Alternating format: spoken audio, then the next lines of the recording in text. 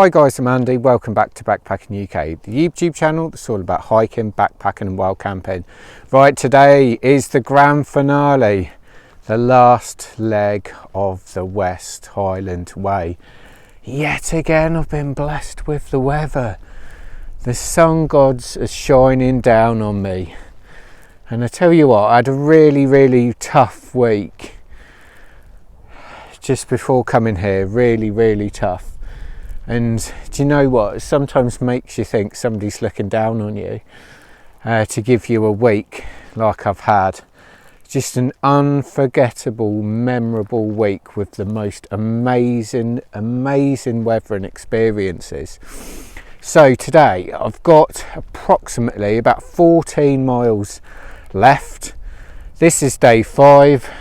My feet are fried and I cannot wait to put some trainers on and have a bath. It's going to be awesome.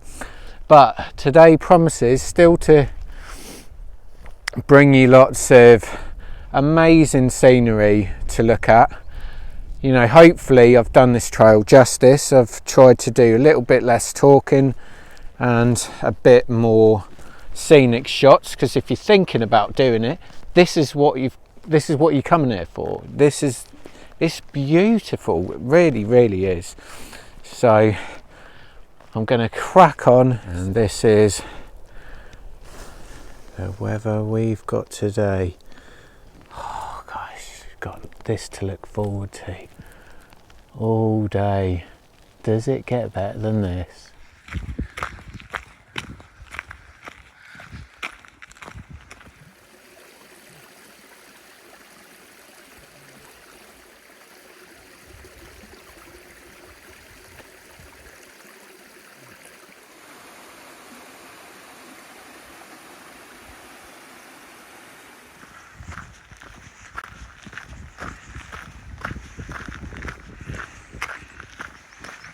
That we've got a lovely long flowing route all the way through the valley to the end.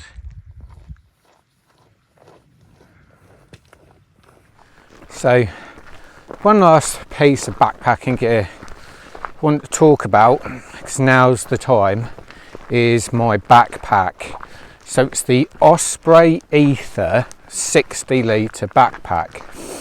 Now it weighs quite a lot, it's about 2.2 kilos. However, it is the most comfy backpack I have ever used. And part of that is because it uses the Osprey anti-gravity system. So it's almost like having a suspension. It's unbelievable. It is so kind on your shoulders. The back's really nice and airy. You've got these huge, thick sort of hip belts. It carries weight with ease, and it genuinely does. I think the only Osprey backpack that uses the AG system is the Atmos. They do the Atmos and the Atmos LT, which is a lightweight version. So if you're going to carry a decent load, I massively recommend the Osprey AG packs. They're simply superb.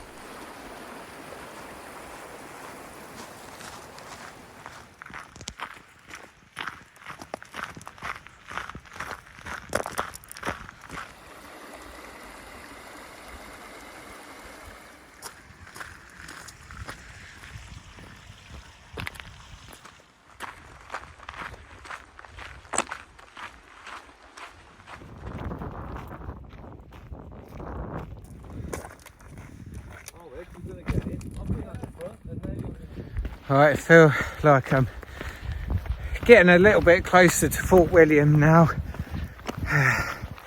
Just doing a bit of climbing.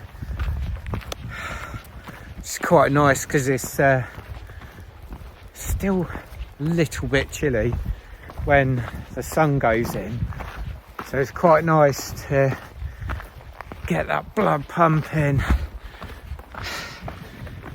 get that warmth coming in. But yet again, it's another completely different landscape, equally as beautiful as the last.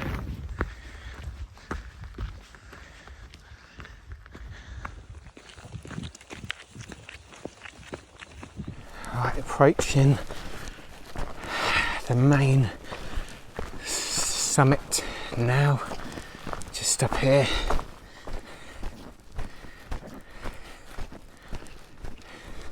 Oh, look at the views from up here.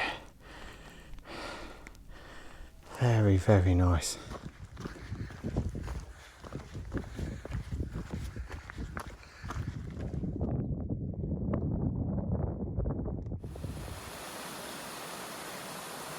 So here it is, Glen Nevis. Finally feels now like we're nearly home, we're nearly there. So close to Fort William now, just 6 miles to go. I must say the Nevis range, it's just looking magnificent, it really is. I'd love to see it in the middle of winter as well. There we are, Nevis in the background. It's a good sort of chance to say that although I'm on course to finish at about 3 o'clock on Friday, started at 8:30 on Monday, doing the West Highland Way is not about smashing it out. You know, I know some people have probably done 2 ultras and done it in 2 days.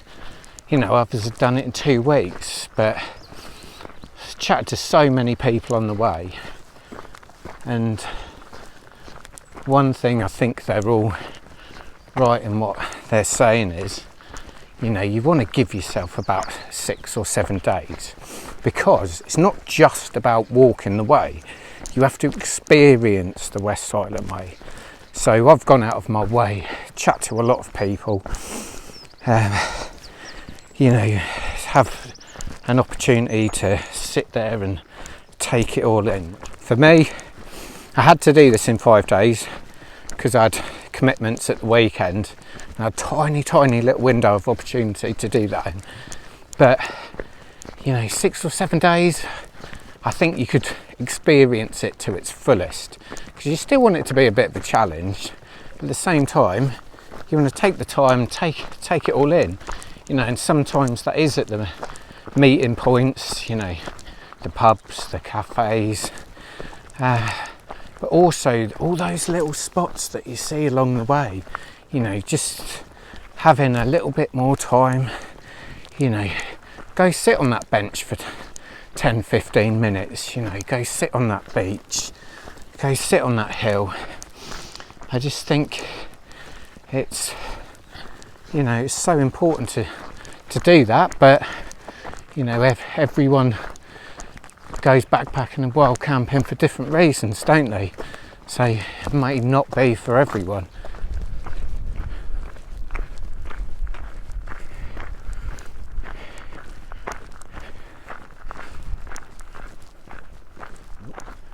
And there it is, there's Fort William down there in the distance. So what about my pack weight? Well, for a starter, everything that's in this pack, I'll do like a gear list and put that in the description of every single video, whatever I do end up doing. I will also do like a gear loadout for you, because I think that might be helpful for you. And I think I'll also do like a West Highland Way tips, because one of these has got my notepad and pencil, so everything that I've done wrong or could have done better is noted. So hopefully that should help a lot of you too. But going back to the start, 15 kilos, what do I think? Well, I don't think it's really slowed me down, to be fair. Genuinely, the only time I ever feel weight of a pack is when I take it off and put it back on again. Say if I've stopped or I'm having something to eat or something like that. After that, absolutely not. So don't feel that you have to go doing the West Highland Way with ultralight kit, because that's simply not true. However, if you did want to bust it out, then obviously that helps as well. But I will say,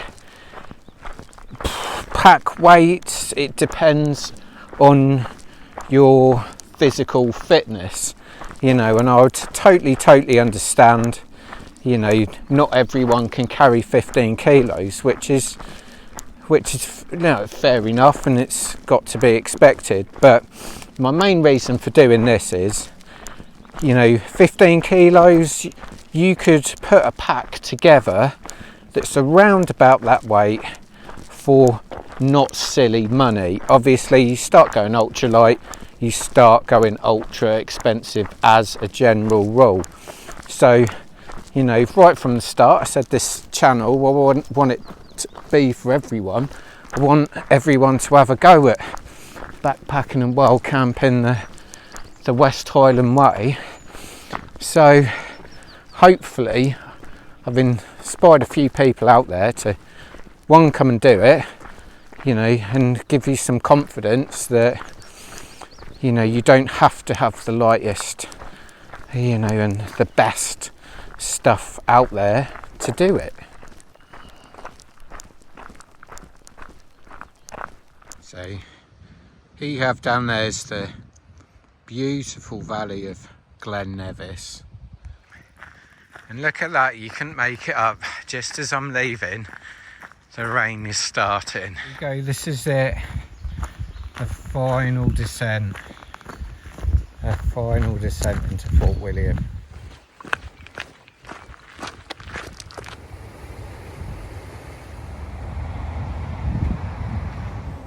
Right, that's a wrap. That is the finish of the West Highland Way 2024, and I've loved every single minute of it. Now I'd like to say a huge thank you to each and every person that took the time to speak to me, because it made a massive difference to me. People from everywhere, all over the world really, a huge amount of Scottish people, which I was surprised, and it sounds quite silly, but it was unexpected how many Scottish people actually do the West Highland Way. But it's just been superb, and everyone that I met has been so nice and just gave me, you know, a bit of motivation to crack on and get it done. But in summary, I'd highly recommend doing the West Highland Way. It has been superb. Yes, I've locked in with the weather. I've been unbelievably lucky, but it's been just the experience of a lifetime and an adventure I'll never ever forget. Anyway, thank you for watching this series of videos. Give the West Highland Way a go as soon as you can. I promise you will not regret it.